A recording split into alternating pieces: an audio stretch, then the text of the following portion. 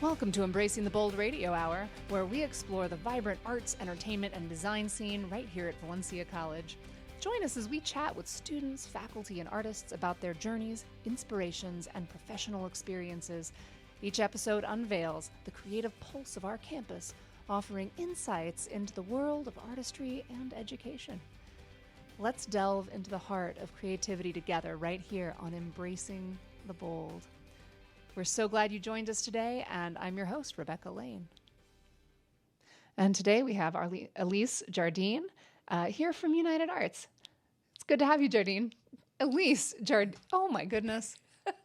Wow. No, you're good. You're good. Good to have you, Elyse. How are you? I am great, Rebekah. Thank you so much for having me this afternoon. Well, I guess it's probably not afternoon when this is playing, but thank you for having me here. Yes, it's good to have you here.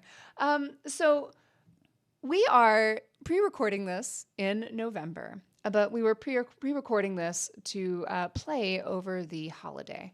And the reason we are not speaking to faculty and students right now is because this is holiday, and we wanted to give everybody an insight into what is beyond Valencia College. We wanted to give insight into what the Orlando community holds and what resources there are for students and artists and faculty right here.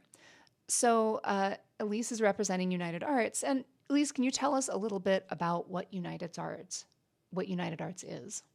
Yeah, of course. So United Arts is the local arts agency for Orange County. And we also serve Lake Seminole and Osceola counties. But we are a nonprofit that supports arts organizations, individual artists, and our community by investing in arts, history, and science experiences. And investing can look a lot of different ways. So whether that's through our grant making or our marketing or volunteering in the arts, providing support and capacity building resources. We don't make art, but we amplify art. We're a catalyst for arts, culture, science, and history experiences throughout the region. Okay, that's covering a huge amount of stuff. So one of the things that we had talked about was how United Arts has shifted vision and mission. You guys have gone through a rebranding, and it's not just, hey, you got a new logo, but there was actually a philosophical change. So can you tell me how what you were and what you are now is different? Yeah, so with the new brand that I'm sure most of you guys have seen, it's meant to be bold and amplifying of the experiences of our artists and arts organizations. It's how do we amplify their work and providing that support. And we see that through this transition from being very transactional in our work with community to building relationships and centering our work in community with our artists, with our arts organizations, in being that trusted, intentional resource, grounding our work in equity and care and excellence, being that bridge, and really saying, how do we help support a vibrant arts and culture ecosystem, and living into that role through, many different facets.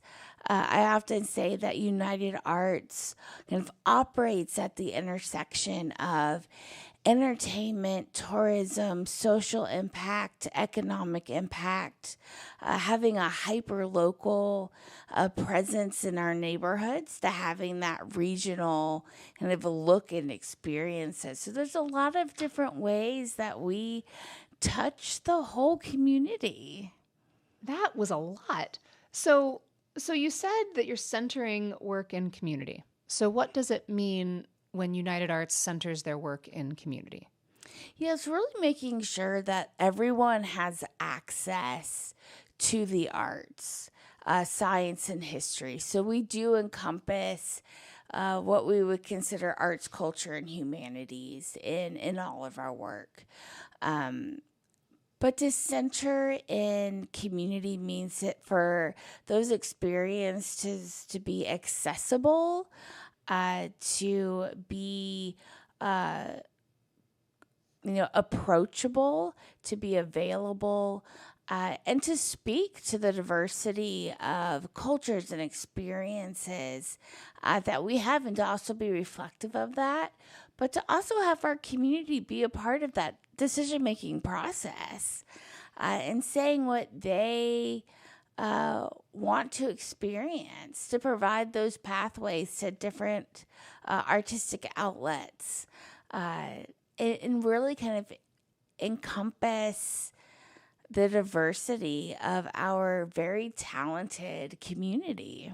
So, like, when you're saying the community is a part of the decision, like, what does that mean? Like, do you go to a neighborhood and take votes, or do you have like an online survey? Like, what does it mean to allow the community?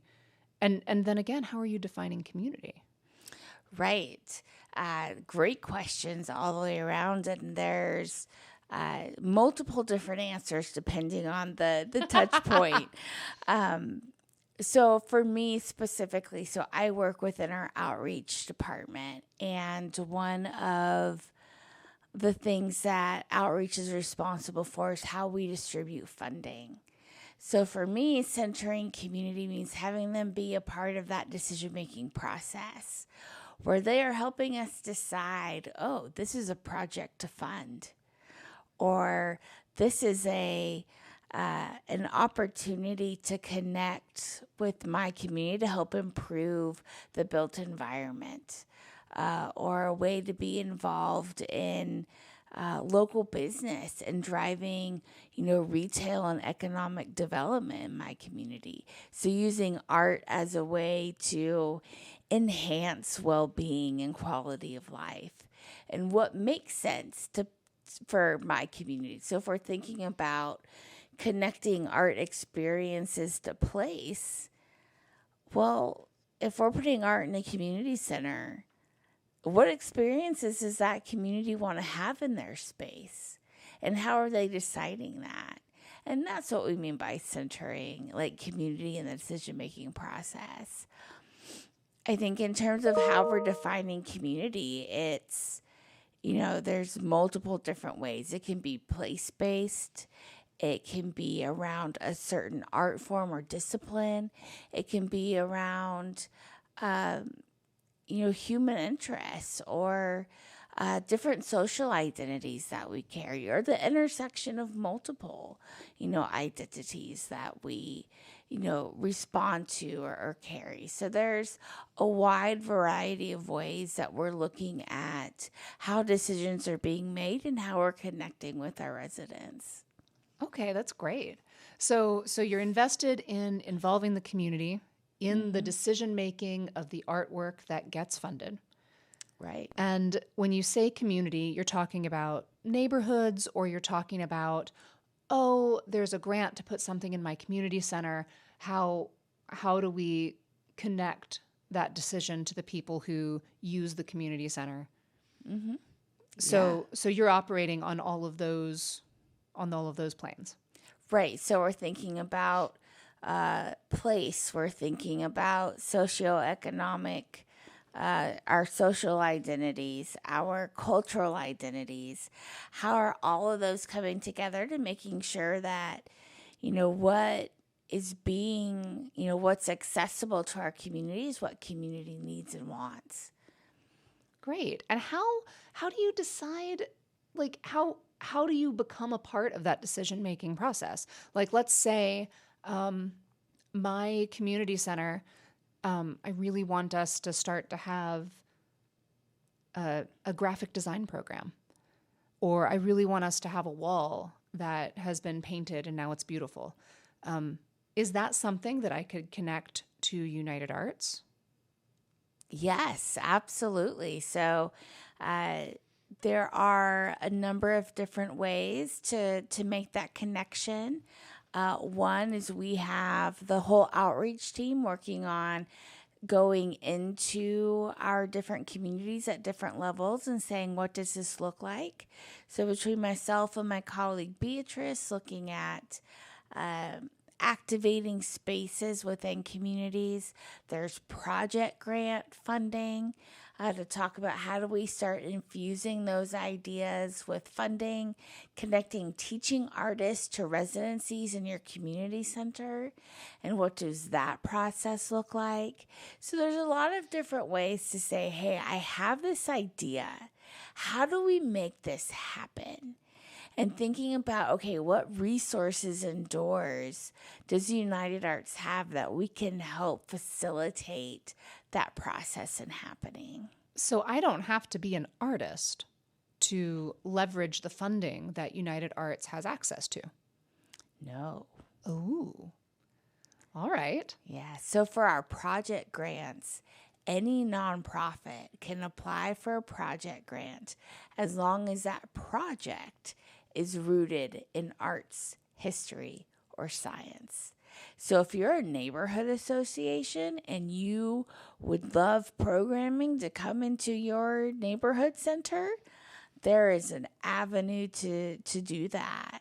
If you're in the city of Orlando and you are looking to activate one of your community centers, like let's sit down and think about what that partnership looks like with that community center and teaching artists and a way to pull those experiences and residencies together. So no, it's not just based for an artist or a traditional arts organization. There's a lot of ways that we can connect those resources to create opportunity to experience arts, history, and science. That is exciting. It's super exciting because there's so much great talent in our community. And to be able to experience that in your neighborhood, in your home, like there's something really important about that. Yes. Well, and is it so you have this funding and we can apply for funding if we are not, even if we're not an artist. Now, does United Arts help us find an artist? Like if I was a nonprofit and I came to you and I'm like, look, I want this project. Can United Arts help me find an artist to collaborate with? Yes. So there are a number of different ways, again, that we can do this, right? And it depends on what that project is. But there's that ability to do a call for artists. So if you're a for-profit business and you're saying, man, I'd love to have local art in my place of business, we can help establish those relationships and do that call for artists. If you are getting at that neighborhood level and saying, oh man, maybe I run a senior center and my seniors are really interested in quilting. Well, let's run through our teaching artist database and see who says, like, I'm a quilter and I want to be able to share my talent and my art form with others, and making those connections and bringing that to that particular community. So yeah, absolutely. So is there a project that has happened recently that illustrates what we're talking about, like an artist, and maybe one that just excites you, that you're like, oh man, we made this happen? Any project recently that was funded that kind of looks at artist and community, maybe somebody came to you, you found an artist, or just a pairing that is exciting? Oh, there are so many good ones. One that I am really excited about, and I hope they're okay with me sharing this, is actually a project grant that's done with the Adult Literacy League and pairing creative writers with those who are learning English as a second language. Ooh. And doing through the lens of creative writing. And that is something that, I'm just like, oh, that's so so exciting because it's that, enhancing that ability to create, but showing the way that art is more than just entertainment, right? It can be that vehicle for building community in different ways. So really leveraging art as a tool for means beyond art. Yes. So leveraging art as a tool for social connection, leveraging art as a tool for building community, leveraging art as a tool for investment in learning outcomes for multiple ideas. Yeah. And I think that's one of the really cool things about United Arts, and what I was saying earlier about where we sit at the intersection of so many interesting places to be able to say, oh, it's not only entertainment, it's entertainment because there's great intrinsic value of having, arts as a form of entertainment. But there's also value in how it impacts learning outcomes and health outcomes, and an artist being able to have those diverse funding streams to have art as their career and not just something I do on the weekends, right? It's not that side gig. It is their full-time, I can be an artist and thrive in the community where I want to live. That's great. Well, I know that one of the projects we've done at Valencia is we did an interdisciplinary artist residency. And we paired with, and I built this definition of interdisciplinary arts. I didn't build it. I borrowed it from the Kennedy Center.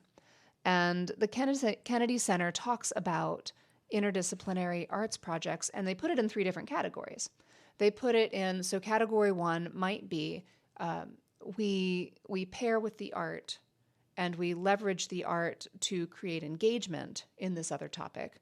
So, for example, we learn the Animaniacs 50 States songs. That's fun to sing the song, but what we're not necessarily learning singing skills, but we are learning the 50 states. So we're leveraging that engagement to learn that geography lesson. So those we've met learning outcomes for one subject. Or we are learning the art form and we leverage a little bit of engagement from something else, but we really focus on the art form. And then true interdisciplinary is we're looking for learning outcomes in both fields, both art and geography, for example. And then we craft an experience or a lesson that leverages both. And it sounds like you are looking, at least a portion of United Arts is really focused on that true interdisciplinary engagement, where we're finding learning outcomes or investment outcomes for both parties. Right. There's a really interesting social impact explorer that Americans for the Arts has that breaks down, I think, 20-something factors of human life, right? So everything from transportation to housing to social inclusion and livability. And they all talk about, when you click on them, how art impacts that particular subject or quality or topic, but then also kind of brings it around to show, how the context of that factor, so let's say transportation, also then shows up in different art forms that we see in our community. So it's the artist understanding the context in which we live and how that inspires their work. But then how are we also using art to address maybe challenges in those same spaces? So it's a really interesting cycle, but if you haven't seen it, it's the Arts and Social Impact Explorer, and it's through the Americans for the Arts. And it's a fabulous, interactive tool, and they have a bunch of one-pagers that go along with that. And I can't say enough about it as a resource to say this is a really great way to start thinking about, oh man, like I want to add that next level to some of my work. How can I do that? It's really great for those who also like really enjoy problem solving and want to figure out like, how does my art form or discipline fit into helping to solve this social like challenge or issue? So there's some great connections to be there and great resources on how other communities have done it well. And I think like you were saying, you borrowed that definition from the Kennedy Center, like that creative copying of, oh, well, if this solution worked for this neighborhood, what can we learn from that? And what are some of those tweaks that we can make and do something similar here to help my community through my art? So it's a great launching pad for those who are really interested in exploring that arts and social improvement or increasing livability or well-being space. Okay. So this sounds like it's a great tool for artists and non-artists to look for ways they might come together with the other side to craft a solution or craft a hypothesis. Yeah. Nice. Yeah, it's that connector, right? So building that, that bridging or linking capital of, well, I've got the human service organization side, and I want to include an artist. How do we bring them together in that space? Because I think there's so much untapped leveraging of resources, within the livability kind of sector and arts that can be used to really say, what does the next generation of Orlando and the broader area look like? How are we addressing environmental challenges? What would it look like to have artists involved in planning the next public transportation project? So it'd be really interesting to see, and hopefully see some of those connections happen. That sounds great. And so if I'm a student, so let's say I'm a high school student looking at college, or let's say I'm a college student, perhaps a Valencia college student, enrolled in the School of Arts and Entertainment. So why do I care about United Arts? Yeah, so United Arts and its like relevancy to students of multiple different age groups. This is a great way to tap into a lot of resources in one place. So think of it as maybe an extension of the resources that you have here at Valencia, right? We host Call for Artists. For those who are recently graduating, there is a job board for jobs, both kind of from that performance side to that more technical, behind the scenes or backstage kind of view, but also in arts administration. There's, for those that are looking to build a kind of a leadership portfolio, there's the Diverse Leadership Pipeline, which connects community members to open board positions by filling out a common board application for our arts organizations. There's opportunities to volunteer, both with United Arts as well as with arts nonprofits throughout our region. We can also help promote student art experiences that are being created.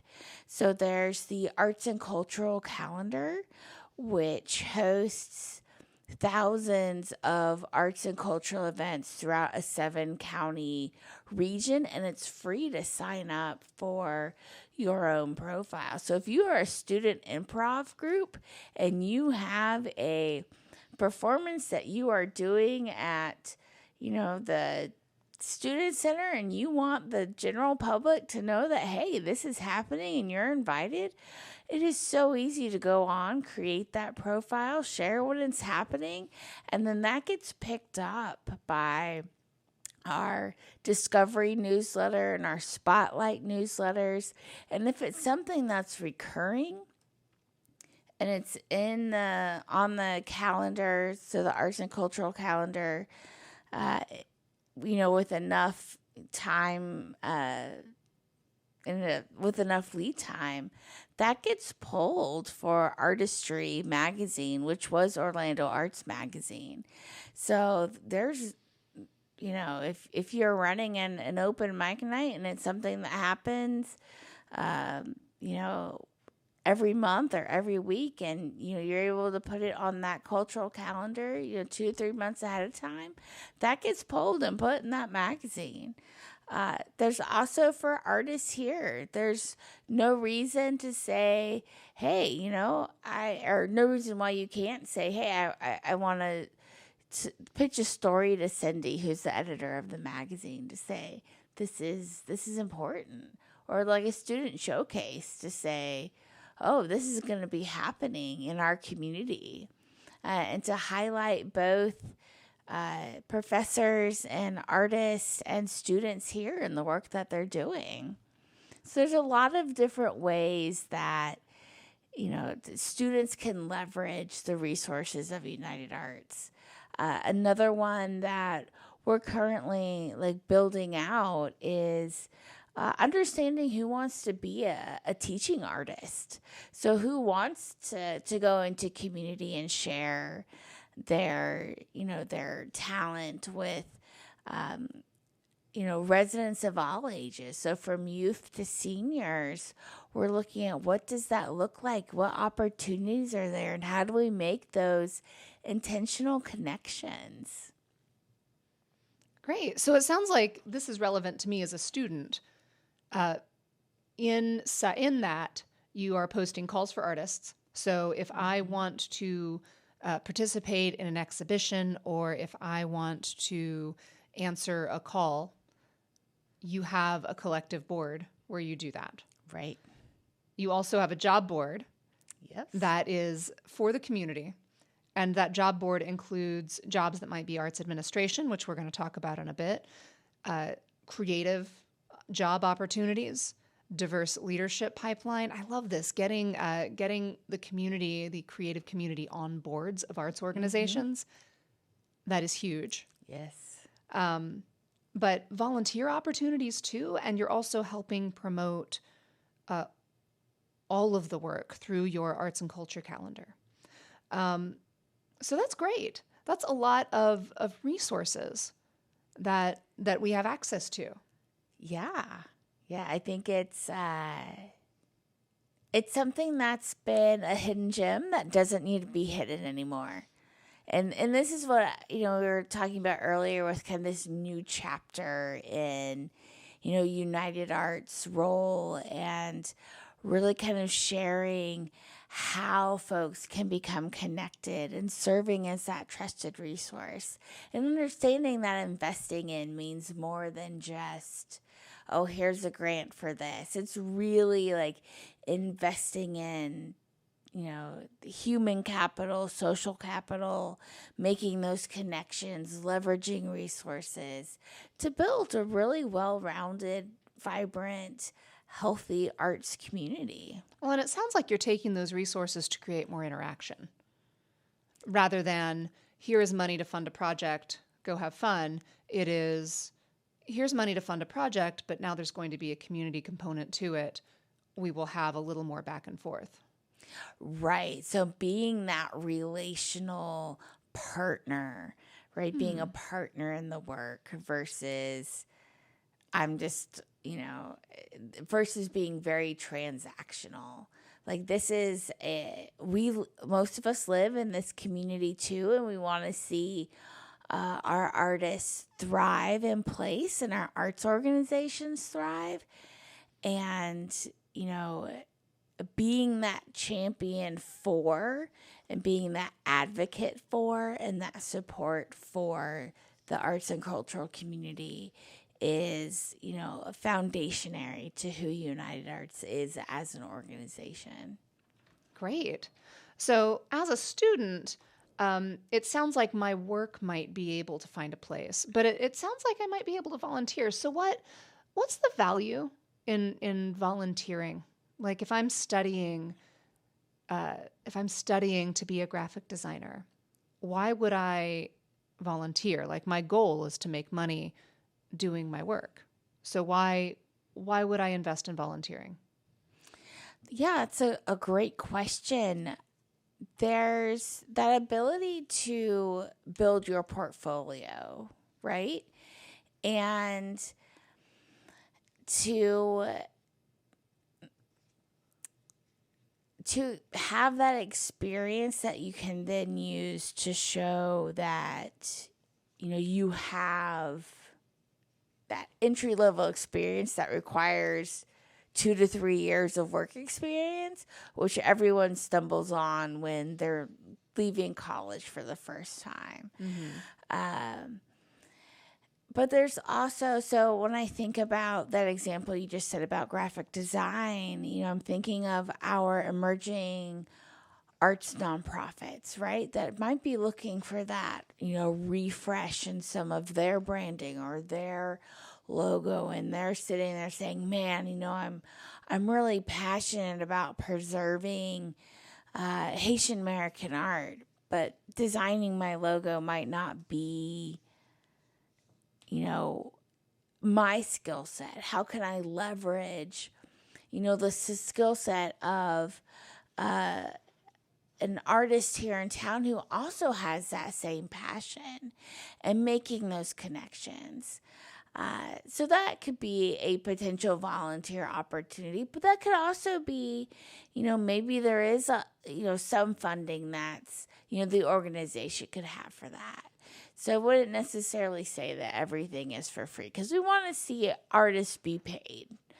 Other opportunities to volunteer, there's, we have, from the grants perspective, funding panels, and you might review, 10 applications, and you're helping make those decisions of what projects are funded. So it's a slightly different kind of volunteer opportunity, but one, again, that centers community and student voice in kind of the decision-making process. That's awesome. And I love hearing you say that there might be funding for that graphic designer to partner. So that's really exciting for that learning graphic designer to partner with a local organization. And just to add to one of the values of volunteering is that we get a chance to see other artists in action. So if I'm just starting out in the field, I'm still learning the culture. I'm still learning how somebody in my field or in a tangential field might engage with their audience, might engage with funders. And if I'm volunteering for United Arts and I'm looking at those grant panels, by looking at other people's applications, I start to learn, oh, okay, so this is what you said for this. This is what got funded. This is what didn't get funded. And it gives you a little more insight into the process. Right. It's like peeling back that curtain a little bit, right? And seeing how to navigate in that space.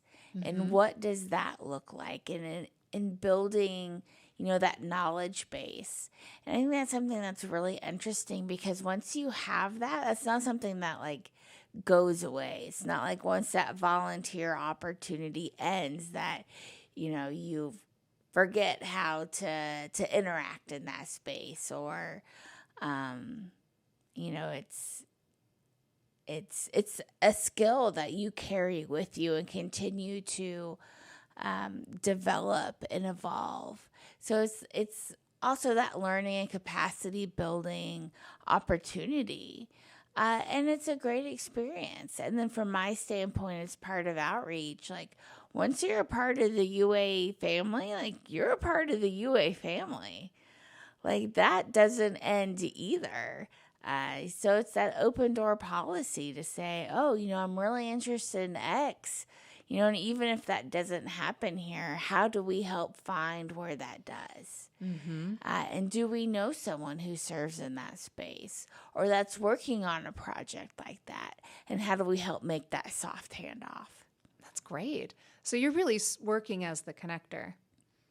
Right. Mm-hmm. So think of United Arts almost as like the living room of the arts, like the broader arts and culture community. I love that imagery.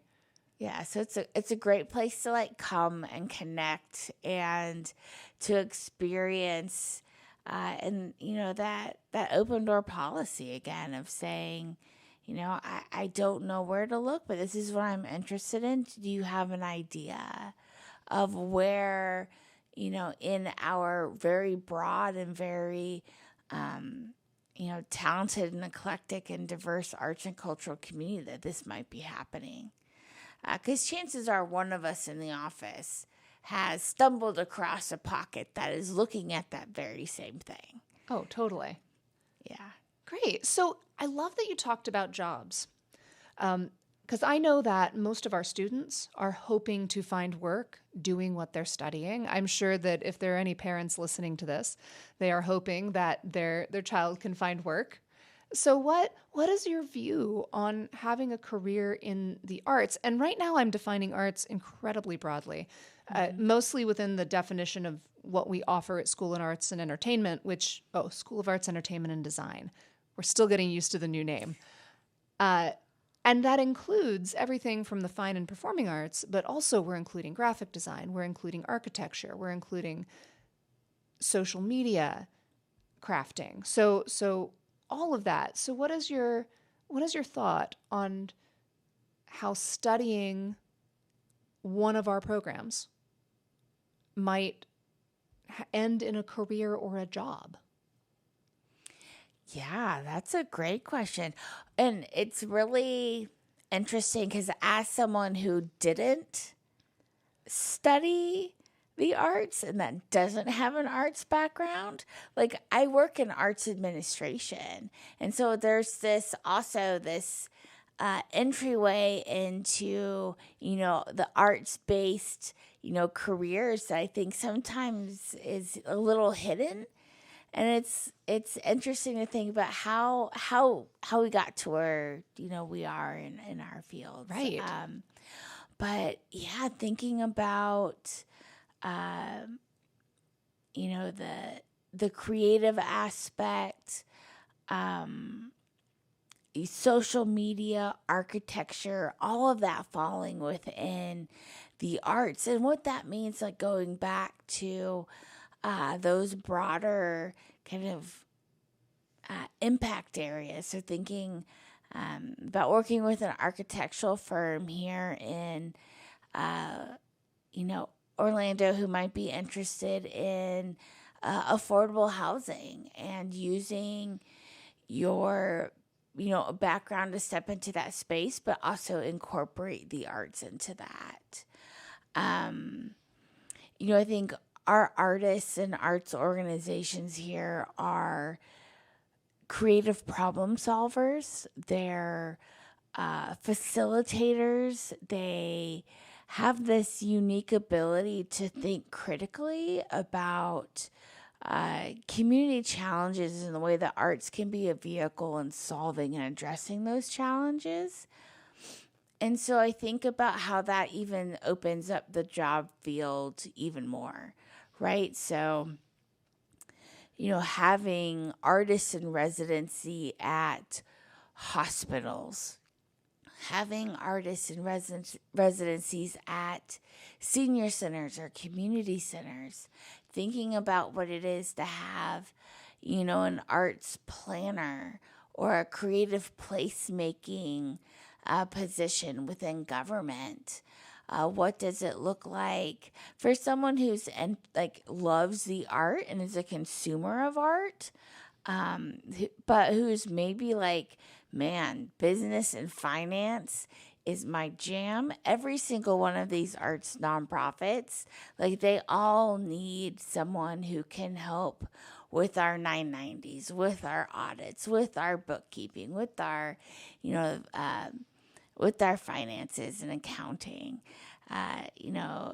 It's the same with operations and logistics. And if your skill set is raising money, like if you are the ultimate fundraiser, like think about a career and development for the arts. There's so much like room and space to think about what it means to be an arts worker beyond, I think, that traditional mindset of I'm an actor, I'm a painter, because you have the front of house performances, you have the back of house kind of technical support, but then there's that administrative piece. Like who's helping run that day-to-day mission work so those lights come on so that we can staff for that next, experience. So there's a lot of like space for careers in the arts here. So it sounds like if we have somebody who's trained in a craft, there are opportunities to work. Right. For example, you mentioned an artist residency in like a health space, or you mentioned teaching in the arts, or you mentioned like those interdisciplinary projects and stuff like that. And it sounds like there's also an opportunity to perhaps take electives in the arts, but pursue another skill set like finance, like business, like writing or teaching, and then to make a pivot and find your way back to an arts organization. So if you find that you enjoy the arts, but you're really good at numbers, there is a place for you within an arts organization without, so you don't need to leave the arts necessarily. You just bring a different skill set and bring it back around to those arts organizations. Yes. And it's that coming kind of back around that creates that ability to amplify efforts, right? So I am not an artistic person. My creativity does not come out in, painting or singing or any kind of like performance-based work, right? But I can do a mean Excel spreadsheet. And that's where my creativity shines through. And, thinking about building relationships and making those connections and leveraging, resources and thinking about creative ways to leverage those resources to amplify the efforts of our artists and arts organizations. And that's really where like my creativity comes out. So that's what I add to kind of that ecosystem of arts and culture. It's helping build that platform to serve as that kind of springboard for, the arts and cultural experiences. I think a lot of people are like, oh, it's that play that I want to be in. And it's that kind of support, that foundation work. Yeah, well, and no arts event happens with only the artists. Like you see the artist, but there is an entire team underneath. It's like that iceberg, right? Every piece of art that you see, there is an entire team underneath the surface that came together to make that come to a finished product, but also to make it visible, to make it accessible, to help it be marketed. That is not all, it's very often not one person. Right. It's a whole team. And when you have someone on that team who's missing, you see that. And, one of my kind of, soapboxes that I really like to stand on is how are we investing in the capacity of artists and arts organizations to have that team? Right? Because it's setting the stage not only for that one performance, but for generations of performances, right? So having that space to grow thinking about the evolution of a nonprofit and an artist and what it means to have longevity in their career, their art form, or their, if you're a creative entrepreneur or you work for an arts nonprofit or arts organization, it's oftentimes more than just, one performance or one show or one exhibition that you want to have. So how do you keep investing in that team that stands behind the artists and behind the arts organization to allow that to happen and to facilitate the atmosphere for that to happen? That's great. So you're seeing the artist as a person who needs a team. Absolutely. And you're seeing the artist and you're seeing yourselves as one of the support systems to help craft that team so that the artist doesn't make just one piece of work. You don't record just one song. You don't craft just one beautiful graphic design marketing plan, but you launch and create a sustainable scenario in which you can continue to create because the team has supported you in that mobility. Right. Central Florida, should be a place where artists can thrive in the place where they're living, right? Mm-hmm. It's not art is my side gig. It's like, no, art is my gig. It is what I make my living doing every day. And I'm not just surviving, I'm thriving in my community because my community values my work. And that's when we're saying a vibrant and healthy ecosystem, that's what that encapsulates, that ability to thrive in place with your art form. That is awesome. And so that takes us back to the community engagement. Not because it's possible that I like to make work that I find beautiful that is not necessarily a tool, right? Mm-hmm.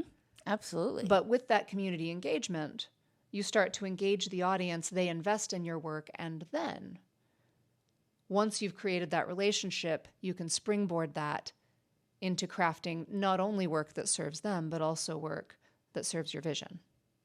Right. And I don't think it's an either or, like, oh, it's only, art for entertainment and then art for community well-being. I think it's having those diverse income streams that provide that stability. So if you have an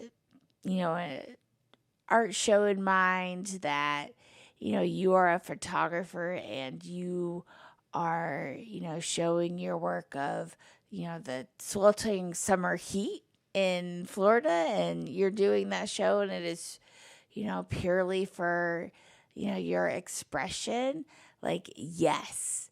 And then also if you're doing engagement around environmental sustainability and art and how are we taking care of our our waterways and our environment, and you're using your art as an engagement tool for addressing some of those challenges, like, that's a way to also have those, like, funding coming in and being a part of that, process and working with planners and the community and thinking, like, how do we address some of those challenges? And it's really having that ability to do both. And stepping into that space and saying, as an artist, I have the ability to engage in multiple different facets within Central Florida. That's great. So I can leverage my art as a tool. I can leverage my art as entertainment. And I can leverage my art in a myriad of different ways. And the hope is that these different applications become different income streams. Mm-hmm. And those different income streams add together to create a sustainable living wage. Yes. Nice. And United Arts helps artists in Orlando do that. Mm-hmm. That's great. Well, I think you're an amazing resource for our students to have access to. And I'm really glad that you were able to join us. Is there anything else? We've got some rapid fire. Ooh. But before we get to the rapid fire, is there anything else that you wanted to add? Oh, I am sure there probably is. I was telling Rebekah earlier that there's so much stuff that's happening in this space. I think I would also be remiss to say, now that it's December and it's, the holiday season, and one of the things that you're probably seeing now is the collaborative campaign for the arts. And you might be thinking to yourself, well, what is that?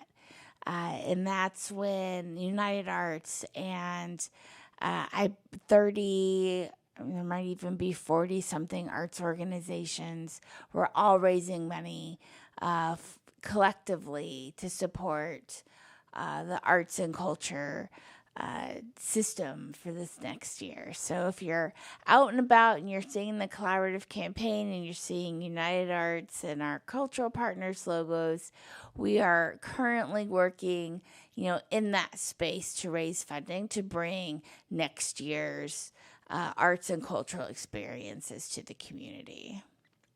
That is great. And so we can watch for that funding campaign. And even if we can't donate, what can we do?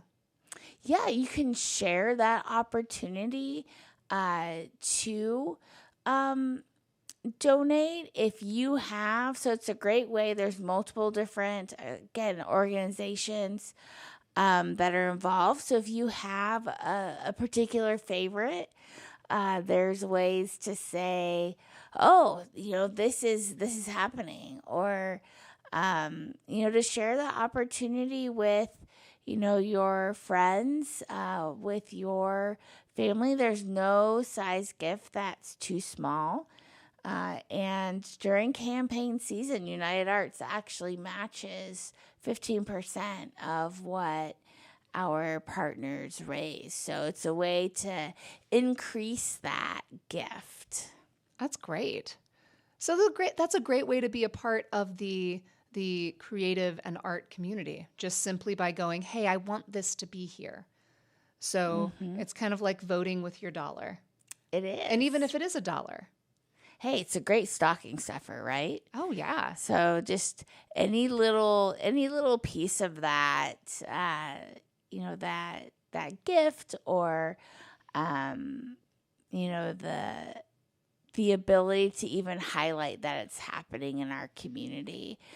Because it does allow for our arts organizations to keep those lights on, to have these experiences in our community, to provide the funding and the resources that we've just, spent time talking about. And it's, it's a great way to build those connections and those collaborations too. That's awesome. Thank you. So now for our rapid fire. Okay, question 1, fill in the blank. Creativity is? Amazing. All right. And what motivates you the most? Oh, what motivates me the most is seeing someone experience something new for the first time. Ooh. In 1 to 3 sentences, describe your favorite creative project. Now, this could be a project that you worked on, or it could be a project that favorite creative project that you participated in. And that could be like on the grant funding side, that could be on the United Arts side, it could be something you actually had hands-on. So for the last year, even though I alluded to not being artistic or creative, have been learning how to wood turn. Ooh. So I've made a couple of bowls and vases. They are very rudimentary. But I've been learning with my dad, right? So there's been kind of that transference of knowledge. And so I'm currently working on a couple of very special projects that they don't know that's happening. So I can't say too much. But I'm excited to see how it all turns out. But that's been, kind of delving into my a little bit more creative side So that's been exciting. That's great. So you're learning an entirely new skill. Yes. And applying it. Oh, that's cool. Yeah. All right. Okay. So what is the best or worst advice? So this says you've ever received regarding your creative field, but you're in a position where you're seeing a lot of artists come in and getting advice. So what is the best or worst advice you've heard or seen regarding a person going into the arts? So the worst advice that I have heard is not to try. I think as long as it is safe for you to try, try. I love that. So the worst advice is don't try. Yeah, the worst advice is don't try. But as long my only kind of like box to put around that are constraint, like if it is not safe, don't do it. Stay safe. But yes, but try. Yeah, absolutely. Awesome. What is one warning sign that you watch for when considering taking on a project? Oh boy. One warning sign that I look for specifically within my field is what we call mission creep, right? So if it doesn't fit with the overall mission or kind of what the organization or artist is looking at doing, and it kind of goes a little bit beyond that, not in like stretching or learning bound, like growing type way, but I'm an arts organization and there's this funding, but it's requiring me to change something that's core about my organization. That's kind of a red flag for me. So it's not like doing something new in an innovative way to grow, but I'm an arts organization who might be chasing a grant dollar to do something that doesn't quite fit what my mission or vision is. So you as a funder may reconsider collaborating if it looks like that arts organization or artist is shifting their core value to get that dollar.